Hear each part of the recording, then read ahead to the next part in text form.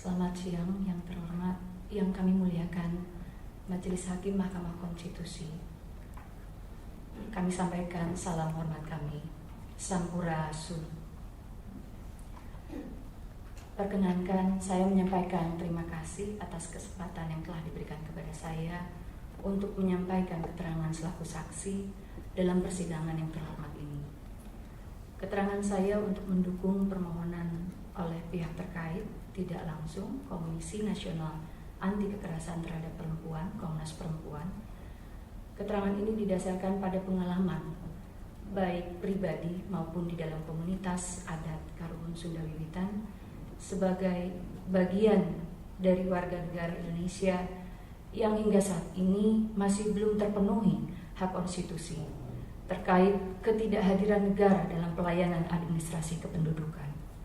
Tidak dicatatkannya perkawinan adat oleh negara, dan sejatinya ini memicu kami untuk sebagai masyarakat hukum adat sangat rentan untuk dikriminalisasi. Majelis Hakim Konstitusi yang kami muliakan, sebagai masyarakat hukum adat, kami melaksanakan nilai tuntunan kehidupan secara turun-temurun dari leluhur. Sistem nilai kehidupan di dalamnya mengajarkan kesadaran diri selaku manusia dan kesadaran pribadi selaku suatu bangsa.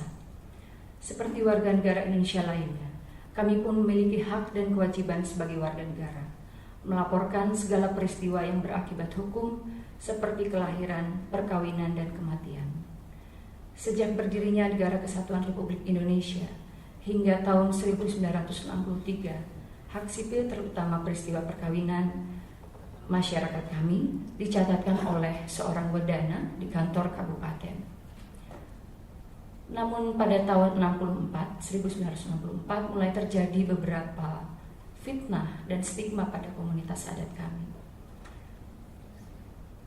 Sebelum di zaman Jepang kami pun mengalami tekanan ketika hendak mencatatkan perkawinan adat. Padahal pada zaman Belanda saja, Belanda mengakui perkawinan kami sebagai perkawinan hukum adat, dan itu tercatat di dalam buku Pikukuh Igama Jawa Pasundan yang dikontrol oleh Yakob tahun 1925, nanti akan kami sertakan. Peristiwa tahun 1964 itu menjadi gambaran awal bagaimana terjadi upaya sistemik dalam melanggengkan stigma pada komunitas kami. Betapa tidak, media massa yang ada pada saat itu pun belum cukup membuka informasi yang berimbang, lebih didominasi oleh tekanan politik. Terjadi tekanan terhadap beberapa calon pasangan pengantin yang harus disebutkan bolak-balik diinterogasi di kejaksaan melalui bakor pakem. Bahkan ayah kami sendiri, Bapak Jati Kusuma, sempat ditahan di kejaksaan tanpa proses peradilan. Hingga bahkan saat itu terjadi peristiwa yang sangat cukup aneh, karena jaksa malah meminta ayah saya untuk meyakinkan saksi yang bisa memberikan keterangan palsu untuk memberatkan ayah saya. Situasi itu sangat mencekam untuk warga adat, sehingga separuh sesepuh adat saat itu kakek saya, Bapak Teja Buana, demi menyelamatkan warga adatnya, menyatakan membubarkan diri sebagai organisasi ADS, Agama Jawa Sunda, dari tuduhan komunis dan intrik-intrik politik lainnya. Bukan hanya sebagai aliran sesat, tapi juga stigma tentang perkawinan liar itu sangat melekat di kami.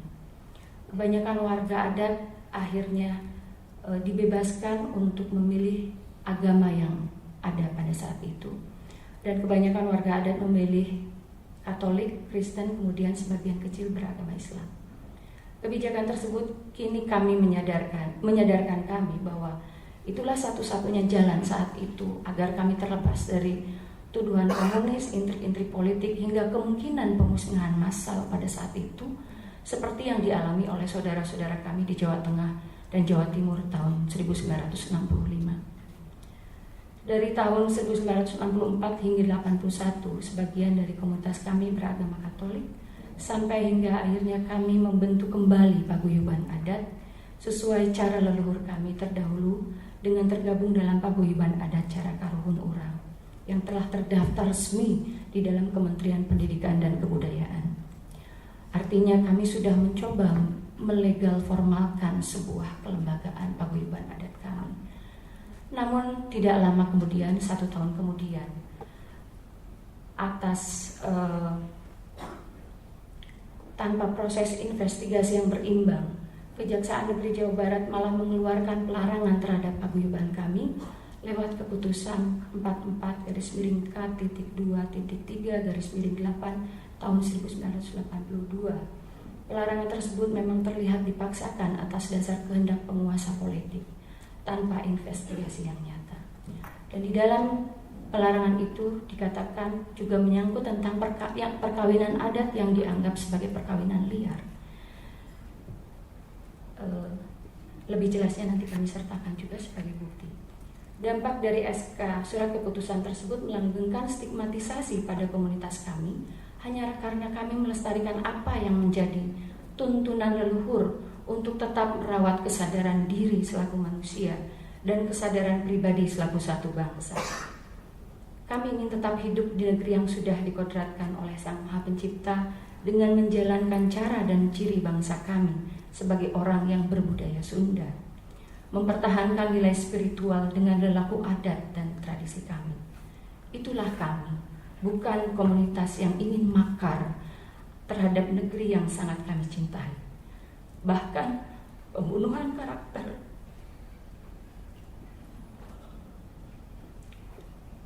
terhadap leluhur kami, Bapak Madraisa Dewa Alibasa, adalah juga kami rasakan sebagai upaya sistematis menghilangkan jejak seorang nasionalis sejati pada zamannya yang sangat diperhitungkan bahkan oleh Belanda hingga mengalami dan diasingkan ke Merauke tahun 1901 hingga 1908. Sejak tahun 82, segala sisi kehidupan kami dikebiri. Pintu masuk melalui administrasi kependudukan, KTP dikirim menjadi KTP kosong, ataupun dipaksakan untuk beragama yang tidak kami yakini. Proses pengajuan pencatatan perkawinan macet dan tidak dilayani sama sekali. Juga proses pembuatan akte kelahiran. Bila pun diterbitkan akte kelahiran hanya berstatus anak seorang perempuan. Hingga sekarang masih terjadi. Bahkan kami merasa secara sistemik negara telah berperan untuk memisahkan hubungan antara biologis antara anak dan bapak. Padahal apa yang kami lakukan menuju proses perkawinan adat itu sebuah perjalanan yang tidak singkat. Penderitaan lewat tekanan psikologis menjadi makanan sehari-hari bagi para perempuan adat seperti kami. Saya mengutip curahan hati salah satunya sebagai berikut. Di saat anak-anakku sekolah, ditanya akta kelahiran. Dan di dalam akta kelahiran itu hanya ditulis lahir dari seorang perempuan. Anak-anakku merasa ditekan. Ketika pelajaran di sekolah, anak-anakku merasa ditekan lagi. Betapa sakit hati sebagai seorang ibu saat itu. Di saat kami didiskriminasi oleh pihak-pihak tertentu. Pengalaman ini sangat berharga bagi kami dan tidak akan pernah kami lupakan sampai kapanpun. Aku sebagai ibu akan selalu tetap berjuang demi kenyamanan anak-anakku. Dengan diberi pengertian-pengertian, anak-anakku mulai mengerti dan lebih kuat. Tapi apakah mereka akan tetap optimis? Miris hati kami saat ini. Sebagai warga negara yang punya kedudukan yang sama di depan hukum, upaya-upaya telah dilakukan untuk bagaimana agar perkawinan adat kami bisa dicatatkan oleh negara. Pada tahun 1997, kakak saya mengajukan gugatan di tingkat PT UN untuk menggugat kepala catatan sipil dan kami dimenangkan. Namun pada tingkat PT UN kami dikalahkan hingga akhirnya kami kehilangan kemampuan untuk memproses hukum lebih lanjut. Di antara kami masyarakat adat tidak banyak yang memilih jalan untuk secara menumpuk keadilan dengan cara perdata.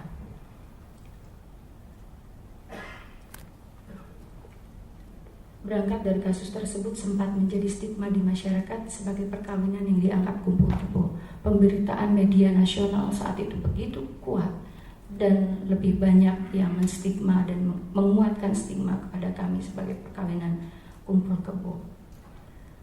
Pada tahun 2002 saya menikah dengan tata cara adat, dan sebetulnya kami berpikir saat itu bagaimana cara supaya negara mau mencatatkan peristiwa hukum tersebut. Saya berinisiatif dengan suami saya saat itu mengundang semua tokoh agama untuk turut mendoakan kami sebagai saksi dalam perkawinan. Namun ternyata upaya itu pun tidak cukup untuk melegalkan perkawinan yang kami lakukan. Majelis Mahkamah Konstitusi yang saya muliakan, untuk dapat diketahui, sejatinya di dalam tata cara perkawinan adat untuk menuju jenjang perkawinan melalui beberapa tahapan. Dalam keyakinan kami, satu perkawinan bukanlah sekedar bertemu dan menyatunya dua manusia, tetapi dua keluarga besar. Tahapan-tahapan tersebut yang harus dilalui adalah: pertama, totoongan, menjajaki calon pasangan apakah sudah terikat hubungan atau belum dengan yang lain, dengan salah satu pihak. Bagaimana latar belakang keluarga. Yang kedua, nenden omong, satu tahap di mana keluarga calon mempelai pria menitipkan kepada keluarga calon mempelai wanita bahwa ingin menjalin hubungan yang lebih serius. Yang ketiga, menggetanah, upacara menentukan hari perkawinan antara dua keluarga. Yang ketiga adalah masar, pendidikan pranikah yang diberikan oleh sesepuh adat kepada calon mempelai. Yang kelima adalah ngaras dan siraman, tahapan bakti seorang putra dan putri untuk memohon izin kepada orang tua, membasuh kaki para orang tua dalam meminta izin menempuh kehidupan yang baru. Yang keenam adalah menyeksir pendidikan pranikah dengan metode pembelajaran pendidikan seksual lewat materi materi sajian ubarampai. Jadi pendidikan seksual yang disajikan lewat simbolisasi apa yang ada di sekitar kita, misalnya tanaman, alu dan lesu, padi. Jadi pendidikan pranikah untuk calon pasangan yang akan menikah. Yang ketujuh, yang terakhir adalah ikrar pangwastu jatuh kerami, janji yang diucapkan kedua mempelai di hadapan orang tua untuk menempuh kehidupan baru dan mandiri. Rasanya ketika kami sudah melalui proses sedemikian panjang untuk sebuah perkawinan dan masih distigma sebagai perkawinan yang liar dan kumpul kebo, begitu menyakitkan. Begitu negara tidak pernah melihat kondisi nyata baik yang ada. Sejatinya hukum adat sudah ada sebelum Negara Kesatuan Republik ini membentuk dan menyusun undang-undangnya sendiri. Tetapi kenapa hukum adat tidak diakomodir dalam hukum positif dan dilegalkan? Di dalam masyarakat kami, perzinahan tidak ada dalam istilah Sunda Wiwitan. Seks di luar perkawinan tidak ada di dalam komunitas kami. Adapun beberapa kasus yang terjadi di luar komunitas, diantaranya kebanyakan ada beberapa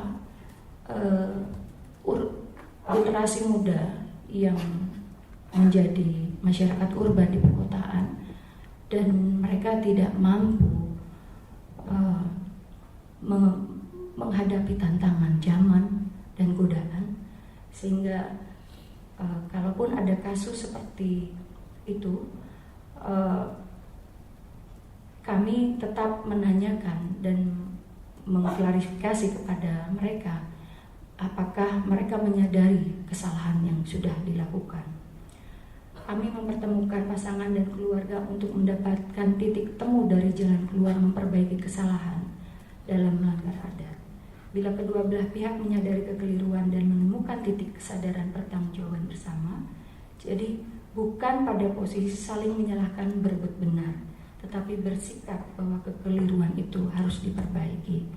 Apalagi ternyata bila sudah ada janin yang dikandung oleh pihak perempuan, pantang bagi kami untuk menggugurkan kehidupan yang sudah diberikan oleh Yang Maha Pencipta. Secara psikologis pun bagi seorang perempuan yang mengandung harus dijaga untuk dalam situasi yang aman dan nyaman untuk perkembangan janin. Jadi dalam dampak dari perkawinan yang tidak dicatat juga sangat panjang, dan sejatinya hukum adat itu kami berharap ingin diakomodir oleh hukum negara, karena bila tidak segera maka rentan untuk dikriminalisasi karena perkawinan yang tidak dicatat. Permasalahan yang kini masih dirasakan adalah adanya upaya pemaksaan untuk berorganisasi sesuai tata cara parpol dan ormas yang tentunya sangat berbeda dengan fakta sistem hukum adat. Pertanyaannya, apakah warga negara yang beragama di antara 6 agama itu ketika ingin mengajukan perkawinan apakah harus memilih organisasi tertentu, atau penghulu yang menikahkan mereka, pasangan tersebut, apakah ditanya organisasinya apa? Sampai saat ini kami sering dianggap sebagai masyarakat yang tidak mau tertib administratif. Padahal dari setiap peristiwa yang terjadi kami selalu melaporkan. Tetapi apa daya kami ketika aparatur negara selalu menolak mencatatkan dengan alasan belum ada juklak atau juknis, belum ada perundang-undangan yang menaungi kami. Yang terbaru, memang Kementerian Dalam Negeri sudah mengeluarkan sedikit kemudahan untuk akte kelahiran anak, di mana nama ayah bisa muncul di dalam akte kelahiran. Tetapi tetap saja di bawah akte kelahiran itu dikatakan bahwa perkawinan orang tua tersebut belum dicatat sesuai perundang-undangan. Pertanyaannya, siapa yang bertanggung jawab untuk membuat undang-undang? Kenapa kami selagi yang menjadi dipersulit? Jadi harapan kami dengan kesaksian kami ini juga menambah mungkin majelis yang mulia belum terlalu detail memahami masalah yang terjadi bagi masyarakat atau warga negara pemeluk penganut agama leluhur, bukan hanya Sunda Wiwitan yang mulia, tetapi seluruh Nusantara masih ada komunitas-komunitas seperti kami yang masih diabaikan, yang masih dipaksakan untuk beragama ABCD, dan ujung-ujungnya adalah hak sipil administratif, hak mencatatkan nikah, hak akte kelahiran, itu kami tidak bisa mendapatkannya. Terima kasih, demikian kesaksian dari saya. Sekali lagi mohon maaf atas apa yang mungkin kekurangan yang saya sampaikan. Semoga ini bermanfaat untuk menegakkan nilai-nilai kemanusiaan, dan intinya kami ingin menyampaikan bahwa kami sekali lagi bukan masyarakat yang ingin makar kepada negara. Kami betul-betul ingin menjadi benteng pertahanan negara, menyelamatkan nilai-nilai kemanusiaan dan menjaga karakteristik bangsa. Terima kasih. Rahayu.